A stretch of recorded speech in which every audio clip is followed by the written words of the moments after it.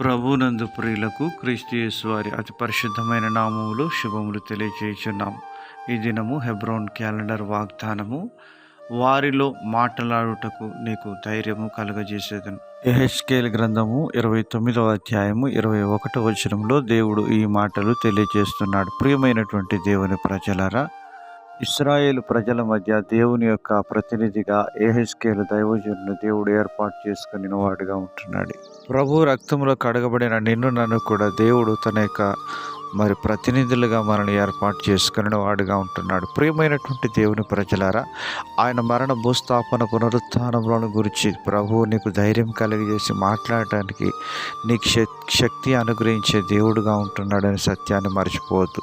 అపోస్తలుడైన పౌలు గారు ఈ విధంగా అంటున్నారు. ఫిలిప్పీయులకు రాసిన పత్రిక 4వ అధ్యాయం 13వ వచనములో, నన్ను బలపరచువాని అందే నేను సమస్తమును చేయగలనని దైవజనుడు పౌలు గారు మాట్లాడుతున్నాడు. ప్రియమైనటువంటి దేవుని ప్రజలారా, పౌలు గారికి సామర్థ్యం కలిగజేసిన దేవుడు మనపక్షంగా ఉంటున్నాడనే సత్యాన్ని మరచిపోవద్దు.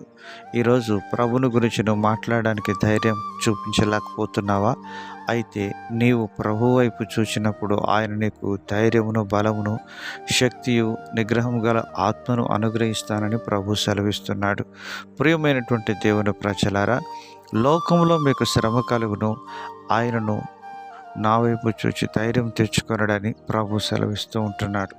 ప్రియమైనటువంటి స్నేహితుడ, సహోదరి, ప్రభు వైపు చూచినప్పుడు ఆ ధైర్యము, ఆ ప్రేమ, ఆ శక్తి మనకు నింపబడుతుంది.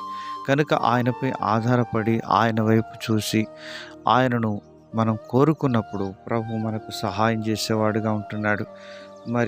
దేవుని వాక్యంలో రాయబడుతుంది, సంసోను తన యొక్క చివరి దశలో ప్రభు ఈ ఒక్కసారి నన్ను బలపరచమని కోరుకున్నప్పటికీ కూడా దేవుడు సంసోను ప్రార్థన ఆలకించి తనను బలపరుస్తూ వచ్చినట్లుగా మనం చూడగలుగుతున్నాం. ప్రియమైనటువంటి దేవుని ప్రజలారా, దేవుడే ఈరోజు నీ పక్షంగా ఉంటున్నాడు. నీవు మాట్లాడడానికి భయపడుతుంటున్నావా? అయితే ప్రభు నీ పక్షంగా ఉండి నీకు సహాయం చేయడానికి ఆయన సిద్ధంగా ఉంటున్నాడనే సత్యాన్ని మర్చిపోకూడదు. కనుక ఆయనపై నువ్వు ఆధారపడ్డప్పుడు నీవు దీవించబడతావు.